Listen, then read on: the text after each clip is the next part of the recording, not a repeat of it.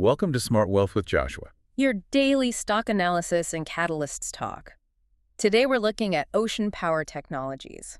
If you find our talks useful, please consider subscribe, like, and comment underneath to support our podcast.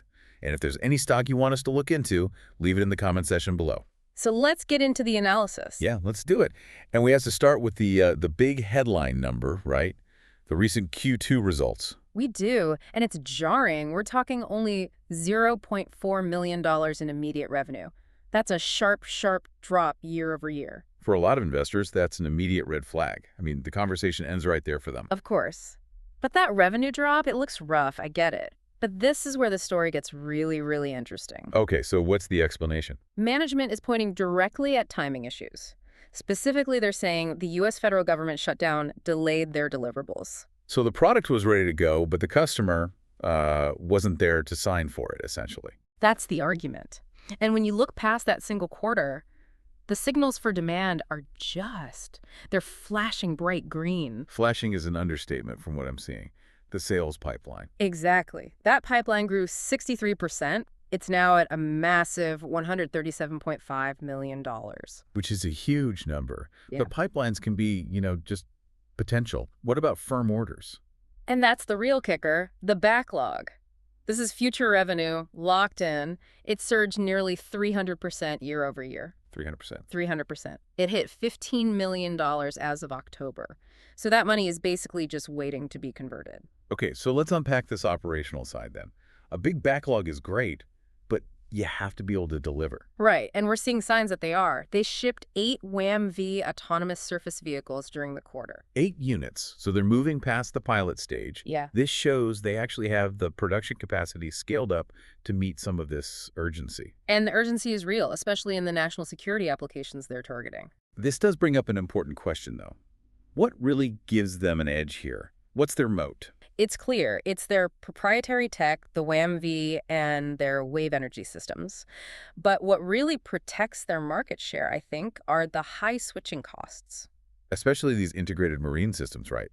For defense or offshore projects? Precisely. Once you're designed into a major defense platform, it's incredibly expensive and difficult to rip you out.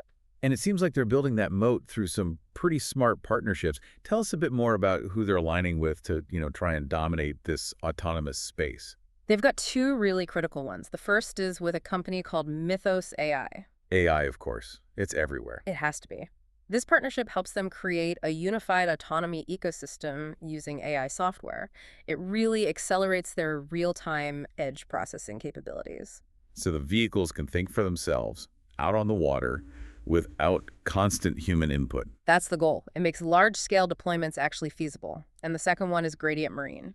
And what's their role? They're key for the digital engineering side of things, but maybe more importantly, they offer a better path into the Department of Defense network. So that's the market access piece. It is. It expands their addressable markets into huge areas like offshore wind, even things like aquaculture. We've established this growth story is strong, it's compelling, but it all costs money. We have to talk about the financial health required to sustain it. We do, and that's the other side of the coin. So what's the balance sheet look like? Let's see. They have about $11.7 million in cash and short-term investments. That provides some liquidity. And crucially, no excessive debt, which for a growth company like this is absolutely vital. But the costs of scaling are becoming very visible. I'm seeing they use $13.1 million in cash year to date.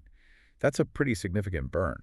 It is, and the net loss widened because of it. It went to $10.8 million for the quarter. Wow. So what does this all mean for their operating expenses? I see those were elevated at $8.7 million.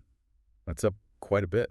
And that level of spending, that signals the real risk here. It's the path to profitability, especially in a new space like wave tech. So that's the bear case right there. That is the primary bear case. The elevated operating expenses, they're a short-term headwind. It's driven by stock-based compensation and just, growing their headcount. You need people to fulfill the orders. You do. And management views this spending as a necessary investment. They're pouring it into those partnerships and efficiencies that they believe will lead to margin expansion later on. Especially as that $137 million pipeline starts to convert. Exactly. And the market seems to have already priced in that revenue volatility, that timing issue, after the big post-earnings sell-off. Okay, let's look at that price action. The stock dropped. Mhm. What was it? About 29% right after those Q2 earnings. It did, which is fascinating because it happened despite that huge backlog news. The market sold the headline and ignored the underlying trend. So why the sell-off into what seems like really positive long-term catalysts? Well, this is often interpreted as, a constructive base being formed. It happened amid a general accumulation in the whole autonomous tech sector. So the weak hands get shaken out, and long-term believers might see an opportunity. Potentially. The stock closed recently around 43 cents, with some key support levels down near 34 cents. That suggests, some attractive entry points for investors who see the long-term story here. And we are seeing a bit of momentum building off those lows, suggesting a potential Golden Cross setup could be in the works. That's right. And what's interesting is that other indicators seem to support a potential upside move. Such as? Well, the technical analysis is showing a potential hidden bullish divergence in the Mang CD. Which is just a fancy way of saying momentum is building under the surface. It is. And it's supported by that massive backlog catalyst we keep coming back to. And if you connect this to the bigger picture, sentiment is, I'd say, somewhat bullish. It's driven by broader trends, right? Not just the company itself. Absolutely. Things like ocean energy innovation, especially in Europe, where they're pushing for these pilot farms and more reliability, that plays directly into ocean power technology strengths. So give us the catalyst calendar.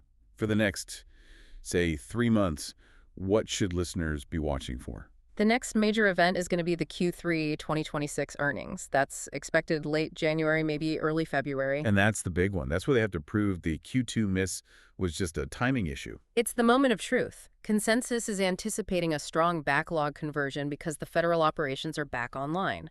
We also need to watch for the initial integrated demonstrations with Mythos AI. The AI partnership. Right, those are planned for Q1 2026, and maybe some showcases at the AUVSI conferences.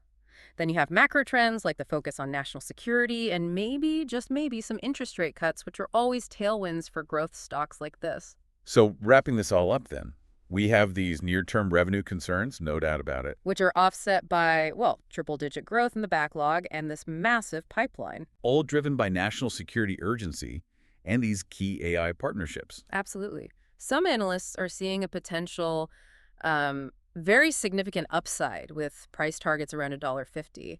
That suggests a pretty serious undervaluation relative to the growth runway. So the short-term volatility, really, it offers a chance for entry near those support levels. It could, yeah. It's positioning for a multi-year hold as this whole commercialization phase really starts to take root. The key takeaway here, it seems to me, is whether you believe that multi-million-dollar pipeline conversion will eventually outweigh the current operating expenses. And the revenue timing issues. It's a risk-reward scenario based entirely on execution over the next year. Indeed. We'll be keeping a close eye on those Q3 earnings to see the first signs of that backlog revenue dropping to the bottom line. If you found this discussion useful, please remember to subscribe, like, and comment to support our work here at Smart Wealth with Joshua.